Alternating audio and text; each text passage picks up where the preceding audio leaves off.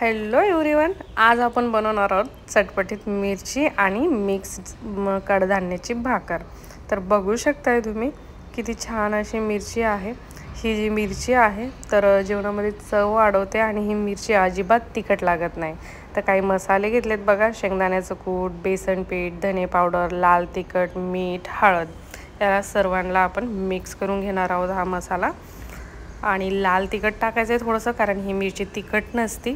तर भरपूर कमेंट आलत्या, मी एकदा दोनदा लाल मिरची टाकली होती याच्यात की मिरचीमध्ये मिरची कोणी टाकतं का। तर ही मिरची बिलकुल तिखट नाही लागते, म्हणून त्याला लाल तिखट टाकायचं आहे। तर बघा, आतमधून थोडीशी आपण चिरून घेतली आहे मिरची। आता त्याच्यामध्ये हा मसाला जो आहे तो भरून घेणार आहोत आपण। सर्व मिरच्या अशाच प्रकारे मी भरून घेतलेल्या आहेत। आता तव्यावर मिरच्या टाकूया। गरम करायचा आहे तवा चांगला आणि सुरुवातीला तसंच भाजून घ्यायचं आहे बराच वेळ।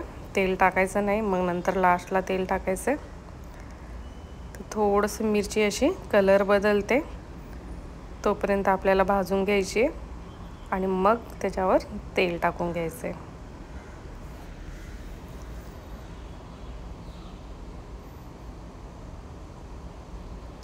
एकदम छान अशी मिरची बनवून रेडी होते बघा। आणि थोडंसं वरतून पण मीठ टाकूया। आतमधून आपण भरलेलं आहे ते लक्षात ठेवा, जास्त नका टाकू, नाही तर खारट होणार मिरची। तर मिरची तयार झाली आहे बघा आपली। एवढी झाली की लगेच आपल्याला तव्यावरनं काढून घ्यायची। आता मिक्स पिठाची भाकर बनवूया। भाकर बनवायला एकदम सोपी आहे, बऱ्याच जणांना जमत नाही। तर मी मिक्स पीठ घेतले, जसं ज्वारी, बाजरी, त्याच्यानंतर थोडीशी नाचणी, सर्व कडधान्य टाकून मिक्स दळून आणलेला आहे। तर ज्वारीची भाकरी पण अशीच बनवतात, बाजरीची पण। तर ज्याला भाकर नाही येत त्यांच्यासाठी डिटेल पूर्ण व्हिडिओ बनवलेला आहे, तो पूर्ण व्हिडिओ नक्कीच बघा। पीठ घेतल्याच्यानंतर आधी मळून घ्यायचे। बघू शकताय तुम्ही, जेवढं आपण पिठाला व्यवस्थित मळून घेतलं तेवढी भाकर छान होती। आणि फर्स्ट टाईम केली तर भाकर नाही जमत, दोनदा तीनदा करत राहिलं की बरोबर भाकर होते। बघा, थंड पाण्यानंच पीठ मळून घेतले। हातावर छोटासा गोळा करून घेतलेला आहे, त्याला हातानं थोडंसं पसरून घ्यायचं आणि आता थोडंसं खाली पीठ टाकून घ्यायचं आणि सुरुवातीला एका हातानं थापटून घ्यायचे आणि एका हाताने तिकडनं सपोर्ट करायचा। अर्धी इतकी भाकर होते अशीच। आणि मग नंतर दोन हातानं त्याला हळूहळू थापटून घ्यायचे।